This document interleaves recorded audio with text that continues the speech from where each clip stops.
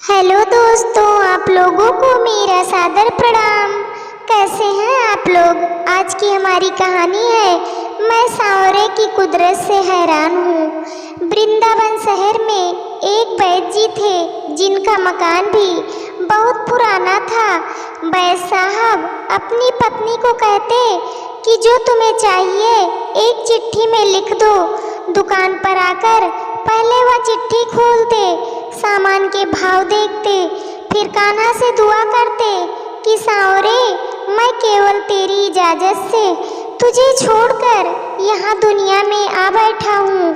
तू मेरी आज की व्यवस्था कर देगा, उसी समय यहाँ से उठ जाऊँगा और फिर कभी सुबह 9:30 कभी 10 बजे वैद्य जी रोगियों को दवा देकर वापस अपने गांव चले जाते। एक दिन वैद्य जी ने दुकान खोली, फिर चिट्ठी खोली तो देखते ही रह गए। एक बार तो उनका मन भटक गया।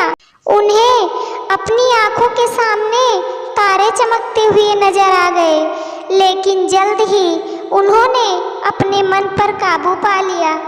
आटे, दाल, चावल आदि के बाद पत्नी ने लिखा था, बेटी के दहेज का सामान लाना है जी। कुछ देर सोचते रहे, फिर बाकी चीज़ों की कीमत लिखने के बाद दहेज के सामने लिखा, यह काम मेरे कान्हा का है, कान्हा ही जाने। 1-2 मरीज आए थे, उन्हें वैद्य जी दवाई दे रहे थे। इसी दौरान एक बड़ी सी कार उनके दुकान के सामने आकर रुकी। दोनों मरीज दवाई लेकर चले गए। वह साहब कार से बाहर निकले और राधे राधे करके बेंच पर बैठ गए। वैद्य जी ने कहा कि अगर आप अपने लिए दवा लेने हैं तो आपकी नाड़ी देख लूं। उस आदमी ने कहा कि वैद्य जी, मुझे लगता है आपने मुझे पहचाना नहीं। मैं 15-16 साल बाद आपकी दुकान पे आया हूँ। आपको पिछली मुलाकात की बात सुनाता हूँ, फिर शायद आपको सारी बात याद आ जाएगी। वैद्य जी, मैं 5-6 साल से इंग्लैंड में रहता हूँ। इंग्लैंड जाने से पहले मेरी शादी हो गई थी, लेकिन अब तक बच्चा नहीं हुआ। यहाँ भी इलाज किया और इंग्लैंड में भी करवाया, लेकिन हमारी किस्मत में शायद बच्चा नहीं था।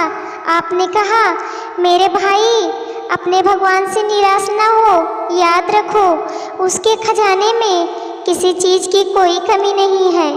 औलाद, माल, धन, दौलत और खुशी, गम, जीवन, मृत्यु सब कुछ उसी के हाथ में है। किसी वैद्य के हाथ में कुछ भी नहीं है। अगर औलाद होनी है तो मेरे सांवरे के आशीर्वाद से ही होगी। औलाद देंगे तो मेरे सांवरे ही देंगे। मुझे याद है तुम बातें करते जा रहे थे और साथ साथ पूड़ियाँ भी बना रहे थे।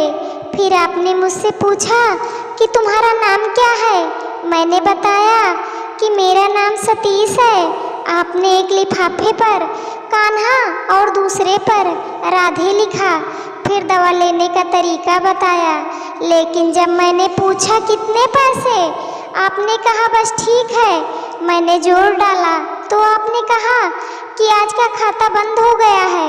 मैंने कहा, मुझे आपकी बात समझ नहीं आई भाई। आज के घर खर्च के लिए जितनी रकम वैद्य जी ने कान्हा जी से मांगी थी, वह सांवरे ने इनको दे दी है। अधिक पैसे वह नहीं ले सकते। मैं बहुत हैरान हुआ और शर्मिंदा भी हुआ कि मेरे कितने घटिया विचार थे और यह वैद्य जी कितना महान व्यक्ति हैं। मैंने जब घर जाकर बीबी को दवा दिखाई और सारी बात बताई तो उसके मुंह से निकला, वो इंसान नहीं, कोई फरिश्ता है और उसकी दी हुई दवा हमारी मनोकामना जरूर पूरी करेगी जी। वैद्य जी, आज मेरे घर में 3 बच्चे हैं। हम पति पत्नी हर समय आपके लिए दुआएं करते हैं। जब भी वृंदावन में छुट्टी में आया, कार उधर रोकी, लेकिन दुकान को बंद पाया। कल दोपहर भी आया था, दुकान बंद थी। एक आदमी पास ही खड़ा हुआ था। उसने कहा कि अगर आपको वैद्य जी से मिलना है तो सुबह 9 बजे अवश्य पहुंच जाएं, वरना उनके मिलने की कोई गारंटी नहीं है, इसलिए आज सवेरे सवेरे आपके पास आया हूँ। वैद्य जी, हमारा सारा परिवार इंग्लैंड में बस चुका है। केवल एक विधवा बहन अपनी बेटी के साथ वृंदावन में रहती है। हमारी भांजी की शादी इस महीने की 21 तारीख को होनी थी। इस भांजी की शादी का सारा खर्च मैं अपने जिम्मा लिया था। 10 दिन पहले इसी कार में उसे मैं पानीपत अपने रिश्तेदारों के पास भेजा कि शादी के लिए जो चीज़ चाहे खरीद ले। उसे पानीपत जाते ही बुखार हो गया, लेकिन उसने किसी को नहीं बताया। बुखार की दवा खाती रही और बाजारों में फिरती रही। बाजार में फिरते फिरते अचानक बेहोश होकर गिरी। उसे अस्पताल ले गए। वह बेचारी इस दुनिया से चली गई। इसके मरते ही न जाने क्यों मुझे और मेरी पत्नी को आपकी बेटी का ख्याल आया।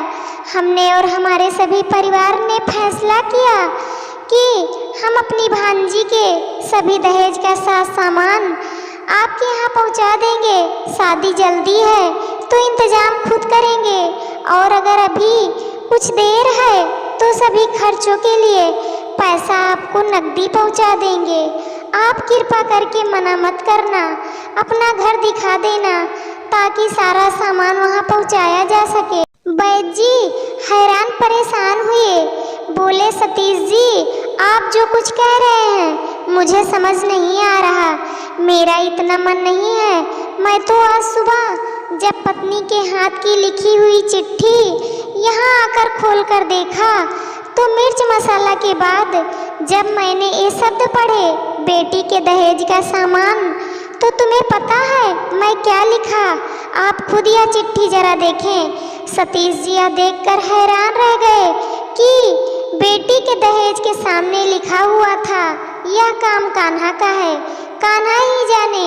सतीश जी यकीन करो, आज तक कभी ऐसा नहीं हुआ था कि पत्नी ने चिट्ठी पर बात लिखी हो और मेरे सावरे ने उसका उसी दिन व्यवस्था न कर दिया हो। सारे बोलो राधे राधे। आपकी भांजी की मौत का मुझे सदमा है, अफसोस है, लेकिन मैं सावरे की कुदरत से हैरान हूँ कि वह कैसे अपने काम दिखाते हैं। जय श्री कृष्णा। राधे राधे दोस्तों।